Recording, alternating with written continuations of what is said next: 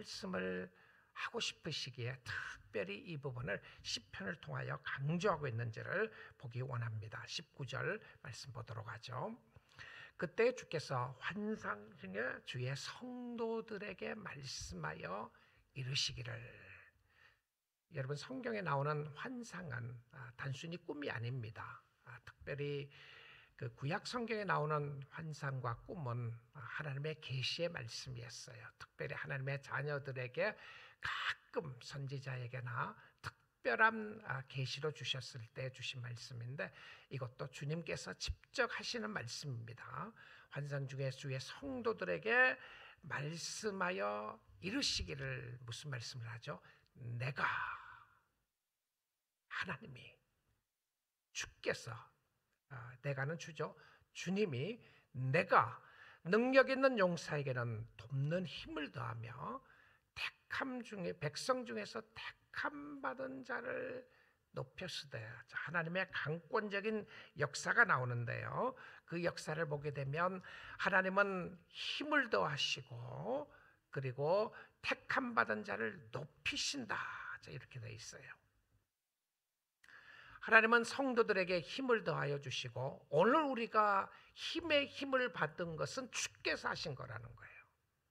물론 우리가 쓰러지고 넘어지고 힘이 없고 연약해질 때 주님이 도우시는 부분도 있지만, 우리로 하여금 또 강하게 하시고 우리로 하여금 능력을 더하시는 것도 주님이 하신다, 이 부분이에요.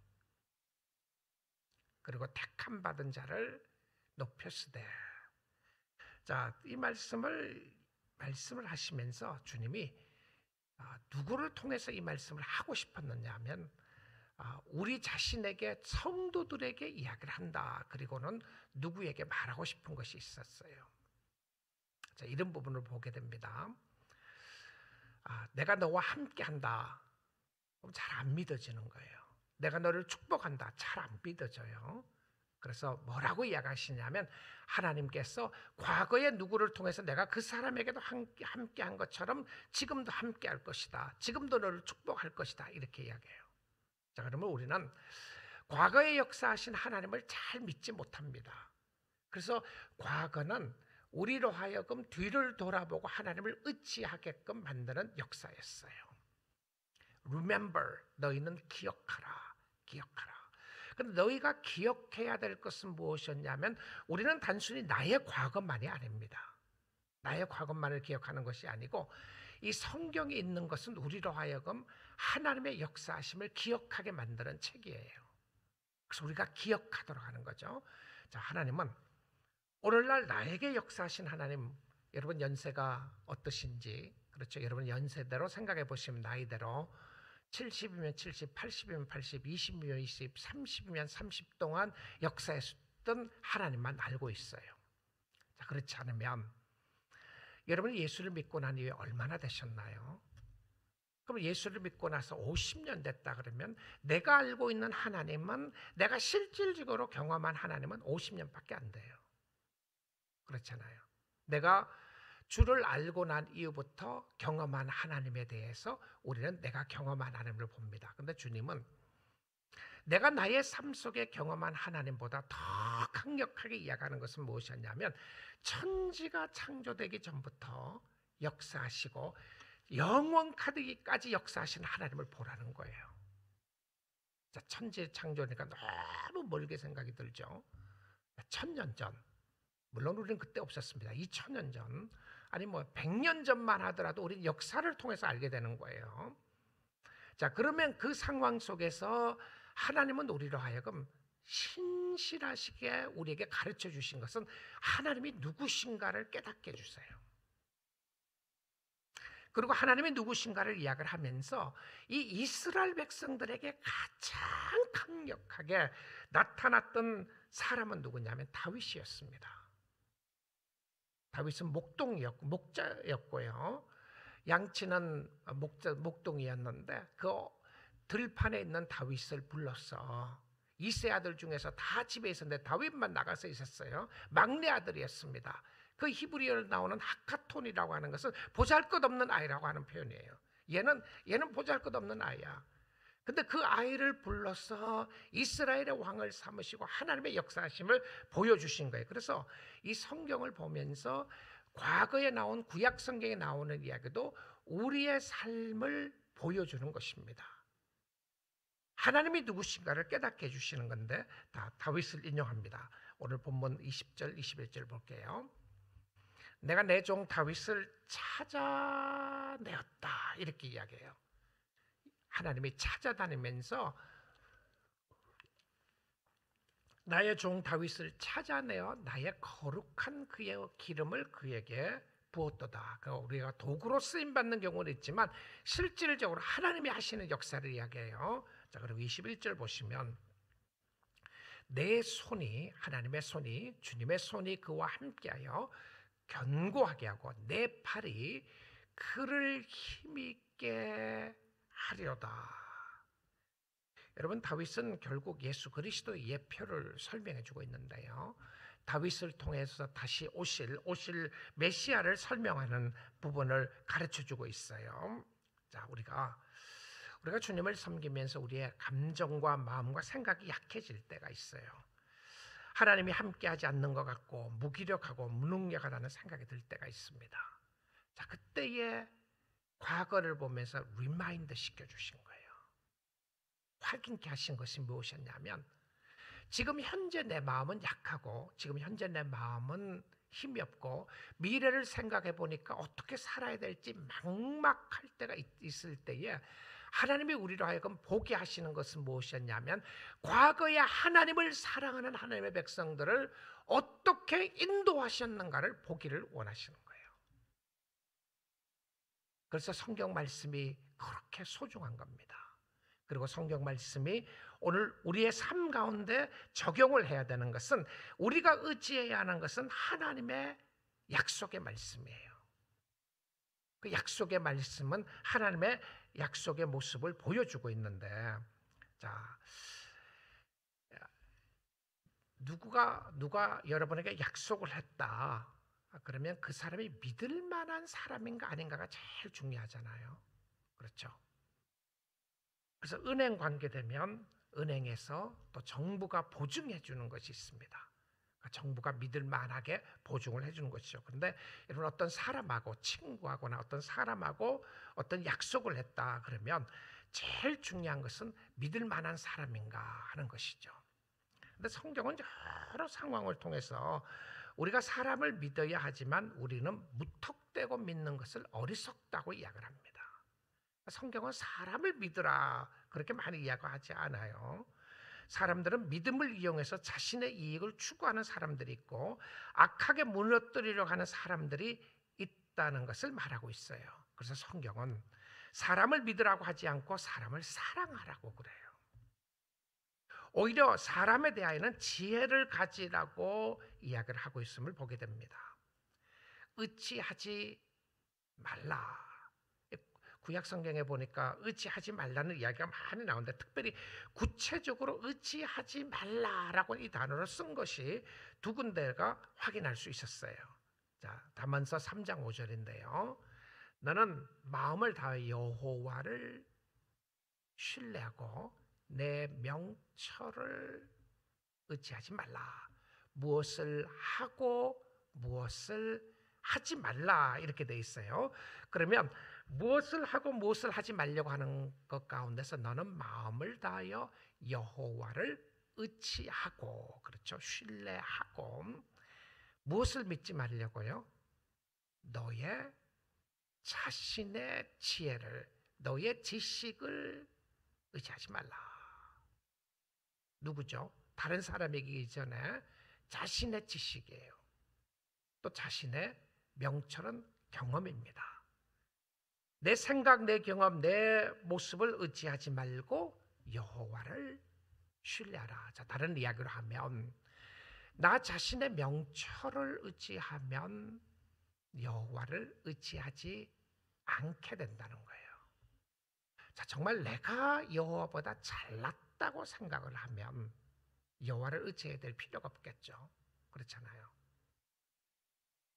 내가 모든 것을 컨트롤할 수 있고 다스릴 수 있다면 내가 하나님을 의지해야 될 필요가 없는 거죠.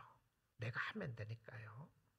왜 사람들이, 또 성도들이라고 할지라도 교회 오는 사람들이, 저와 여러분이 때론 여호와를 잘 의지 못하지 못하느냐 하면 나의 자신의 명철 때문에 그렇습니다. 나의 명철은 내 두뇌만 이야기하는 것이 아니고 나의 경험과 내 생각, 나를 나되게 하는 모든 것을 가리켜서 말한다고 볼 수 있어요. 그러면 나를 의지하고 있는 동안에 여호와를 신뢰하지 않는 거예요. 자, 그다음에 두 번째로 나오는 모습이 이사야 2장 22절인데요. 이사야 2장 22절을 보게 되면 너희는 인생을 의지하지 말라 이렇게 되어 있어요. 인생을 의지하지 말라. 여기에 나오는 인생은 생명력이 있는 것을 이야기합니다. 생명이 있는 것, 사람을 포함해서 생명이 있는 것을 의지하지 말라. 그의 호흡은 코에 있나니 새말 가치가 어디 있는가. 다른 이야기를 하면 호흡이 끊어지면 코에서 숨을 쉬지 못하면 끝나는 것인데, 우리는 끝나는 생물체를, 죽으면 없어지는 생물체를 의지하고 살아나가는 모습이 많다는 것을 이야기합니다. 이 공동번역에서는 이 말씀을 이렇게 번역을 했어요. 다시는 사람을 믿지 마라. 코에 숨이 붙어 있을 뿐 아무 보잘것없나니 이렇게 돼 있어요. 다시는 사람을 믿지 마라. 코에 숨이 붙어 있을 뿐 아무 보잘것없나니. 그런데 성경은 우리에게 끊임없이 이야기를 합니다. 내가 진짜 신뢰해야 될 대상은 하나님이신데, 내가 하나님을 의지하지 않으면 반드시 두 가지를 의지하게 돼 있어요. 자신을 믿거나 아니면 사람을 믿는다 이렇게 돼 있어요. 너무 사실이죠. 그렇죠? 우리가 살아나가는 동안에 보면, 내가 나의 삶 속에서 하나님을 의지하지 않을 때 보면 나는 뭔가를 의지하고 있습니다. 자신 있는 거죠. 내가 이렇게 하니까 되더라. 내 경험, 내가 가지고 있는 물질, 내가 가지고 있는 생각, 이게 나라고 하는 사람이 강력하게 부딪혀 왔을 때, 그러니까 우리가 그리스도 안에서 나의 자신이 꺾여진다, 내가 죽고 그리스도가 산다는 의미는, 다른 이야기를 하면 내가 의지하고 있던 것을 놓고 예수를 의지한다 이런 말씀입니다. 내가 꺾이고 내가 죽는다고 하는 의미는 실질적으로 내가 죽어 없어지는 의미가 아니라 내가 살아있잖아요. 내가 죽는다고 하는 의미는 내가 의지하고 내가 생각하고 있던 것을 내려놓고 끊고 그리스도를 의지한다는 그 의미예요. 그래서 여러분, 아무리 내려놓고 아무리 발버둥 치고 아무리 여러분 생각대로 내가 죽는다고 할지라도 그리스도를 의지하는 데까지 가지 않으면 여러분은 자신을 위해서 죽을 모습으로 나갈 수 있어요. 다른 이야기를 하면, 내가 불교 같은 데서도 자신을 참 쳐서 복종시키려고 하잖아요. 욕심, 욕망을 없애려고 하죠. 마찬가지로 만약에 나의 어떤 의지적인 결단과 생각을 가지고 나 자신을 내려놓고 내가 죽는 모습을 보인다고 할지라도, 성경이 이야기하는 것은 핵심은 나를 내려놓는 것이 핵심이 아니라 그리스도께로 가는 것이 핵심이었어요. 그래서 그리스도로 가기 위해서 나에게 필요한 것은 내가 죽어야 그리스도가 산다는 그런 부분입니다. 그러면 우리가 주님을 전심으로 의지하기 위해서는 내가 주님 외에 무엇을 의지하고 있는가를 보시면 돼요. 나는 무엇을 붙잡고 있길래 이렇게 발버둥 치고 있는가? 나는 무엇을 붙잡고 있길래 이렇게 교만한가? 나는 무엇을 붙잡고 있기에 이렇게 절망스러운가? 같이 가는 거죠. 있으면 교만하고 없으면 절망스러운 모습이 무엇인가?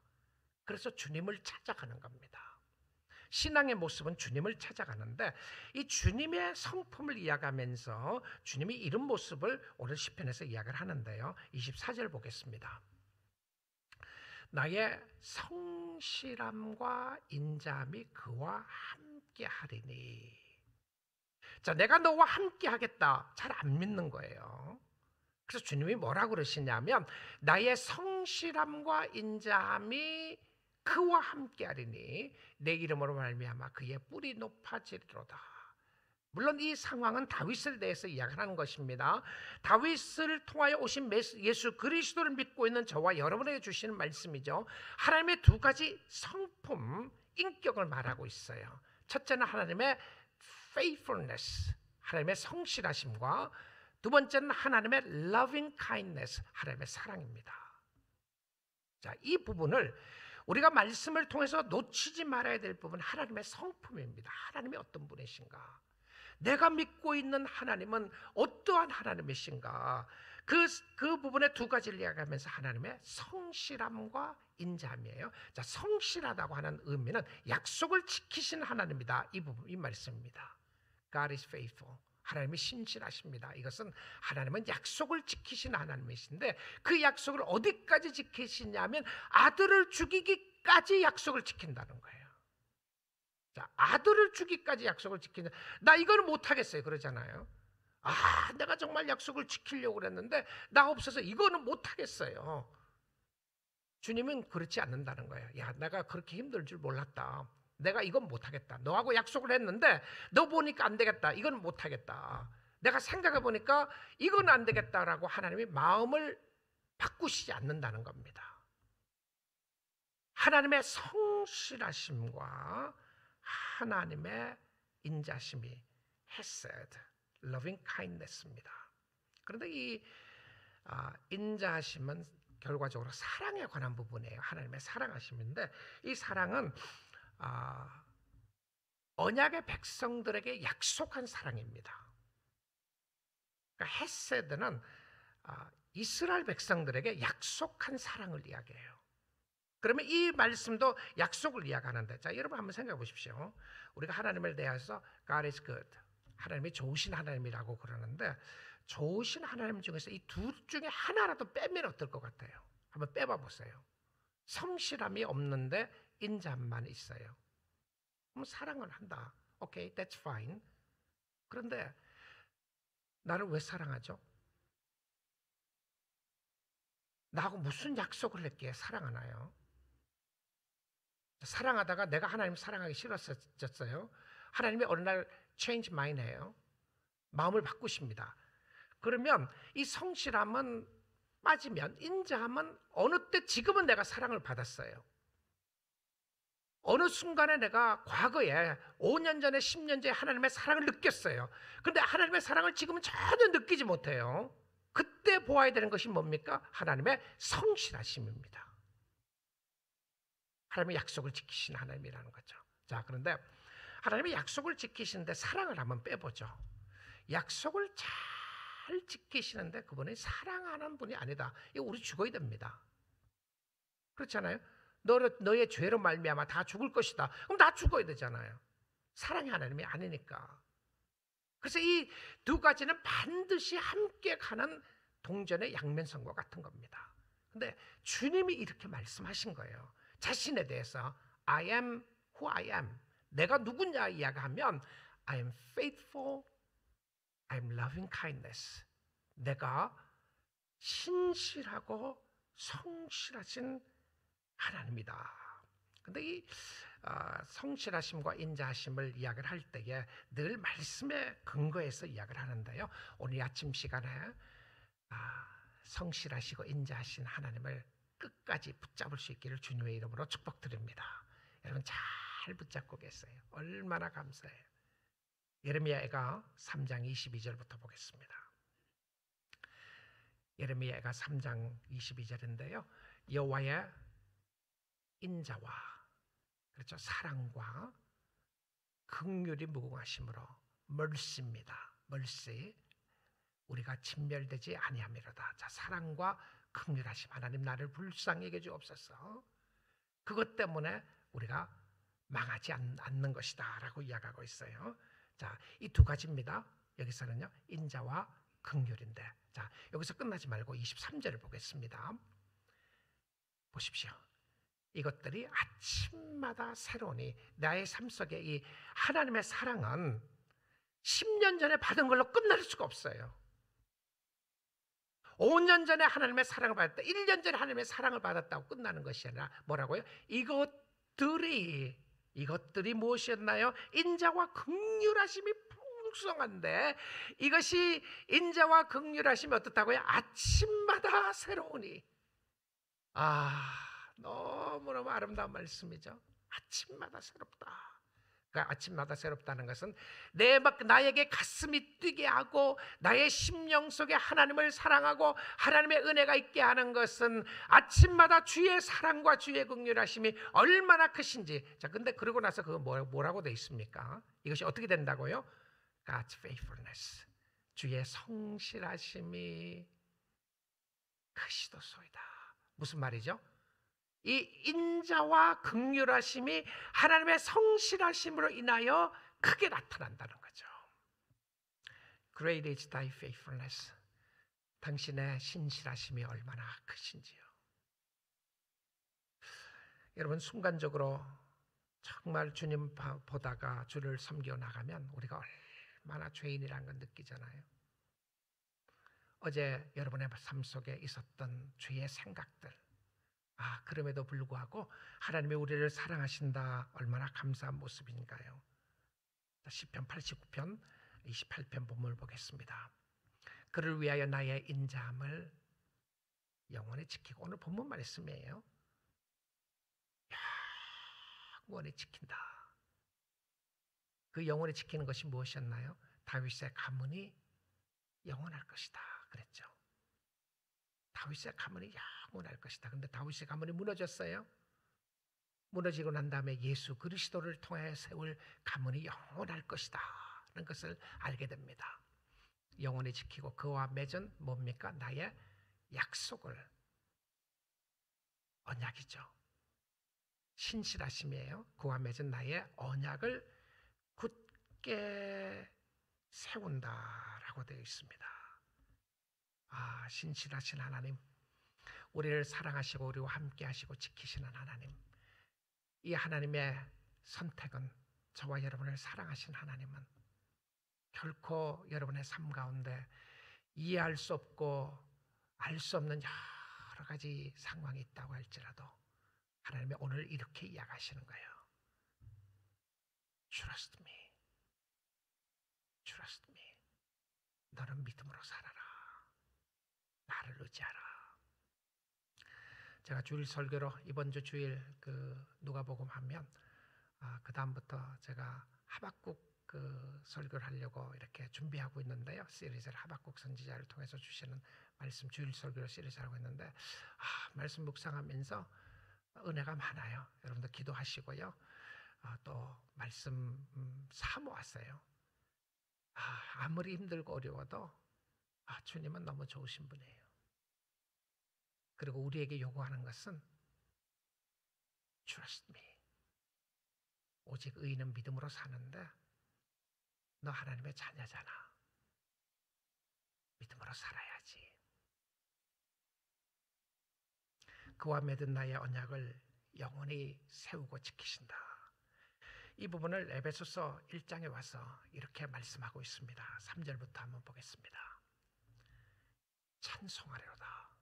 하나님 곧 우리 주 예수 그리스도의 아버지께서 그리스도 안에서 하늘에 속한 모든 신령한 복을 우리에게 주시되, 4절입니다.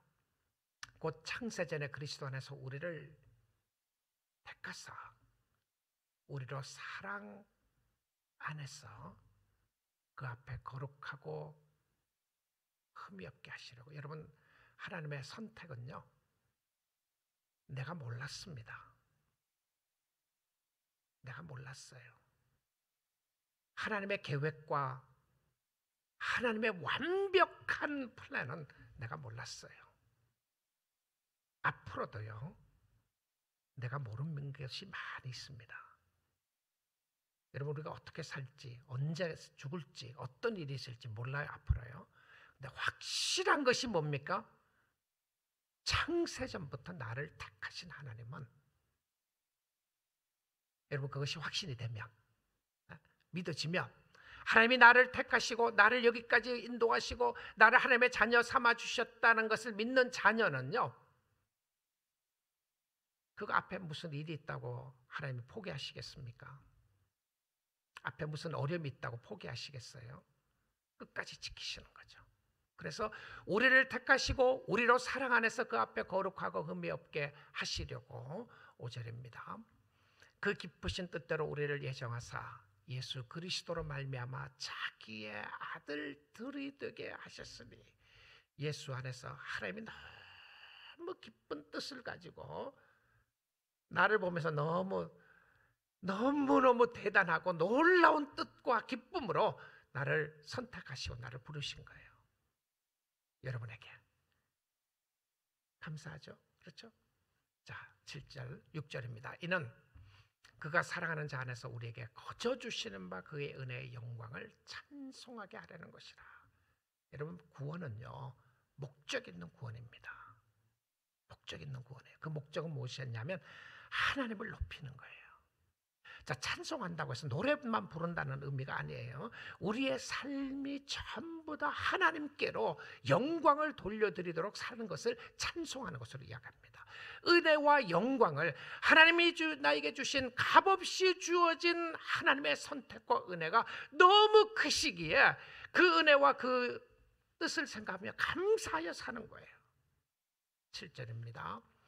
우리는 그리스도 안에서 그의 은혜의 풍성함을 따라 그의 피로 말미암아 속량 곧 죄사함을 받았느니라. 하나님의 선택의 궁극적인 목적, 우리에게 주어진 선물은, 그랬죠? 하늘의 신령한 복으로 우리에게 복을 주시는 그 복의 선물은 무엇이었나요? 죄사함이었어요. 죄사함을 받았느니라. 마지막 돌아와서 이 말씀 보고 마치겠습니다. 우리의 고백이 무엇이어야 하나요? 그래서 시편 89편 26절에 돌아오면 그가 내게 부르기를 주는 나의 아버지시요 나의 하나님이시요 나의 구원의 반석이라 하셨도다. 여러분, 이 고백은 고백에 합당한 삶이 요구됩니다. 하나님이 아버지시고 하나님이 하나님이시고 하나님이 구원의 반석이라면 여기에 합당한 삶이 요구된다는 것이죠. 그 합당한 삶이 무엇인가요? 하나님을 신뢰하는 거예요. 믿고 의지하는 것이었습니다. 왜 믿고 의지하는 것이 필요하냐면 우리의 모습이 자꾸 흔들리는 거예요. 우리의 신앙이 자꾸 흔들립니다. 가정을 보고도 흔들리고 사람들을 보고도 흔들리고 환경을 보고도 흔들리고 나의 삶을 보고도 자꾸 흔들리는 거예요. 하나님은 나를 더 사랑하지 않는 것 같고, 하나님은 나에게 더 힘들게 어려운 길을 주시는 것 같고, 하나님은 나를 조금 더 버린 것 같고 조금 더 어렵게 하시는 것 같다는 생각이 자꾸 든단 말입니다. 근데 성경은 이렇게 이야기하는 거예요. 내가 그런 사람 아니라는 거예요. 네가 어려운 길을 걸어간다고 할지라도 너를 버려서가 아니고 너를 덜 사랑해서가 아니라 I have a great plan for you. 내가 놀라운 계획을 가지고 있는데 What you can do right now is trusting me. 지금 할 수 있는 것은 나를 의지하는 거야. 원망하지 말고 불평하지 말고 떠나지 말고 왜 나를 떠나려고 그러느냐 그러지 말고 Trust me. 나를 의지하라고 주님이 부르시는 거죠. 흔들릴 때 주님을 바라보는 것입니다. 우리 기도하는 시간을 통해서 주를 바라보는데요, 지속적으로 주님을 의지하기를 원하는데 이사야 49장 8절 마지막 말씀 보겠습니다. 여호와께서 이같이 이르시되요 은혜의 때에 내가 네게 응답하였고 구원의 날에 내가 너를 도왔도다. 내가 장차 너를 보호하여 너를 백성의 언약으로 삼으며 나라를 일으켜 그들에게 그 황무하였던 땅을 기업으로 상속하게 하려. 이스라엘 백성들을 주신 약속의 말씀이에요. 근데 신약시대 와서 뭐라고 그래요? 지금이 은혜 받을 때요, 이렇게 이야기해요. 오늘입니다. 지금이에요.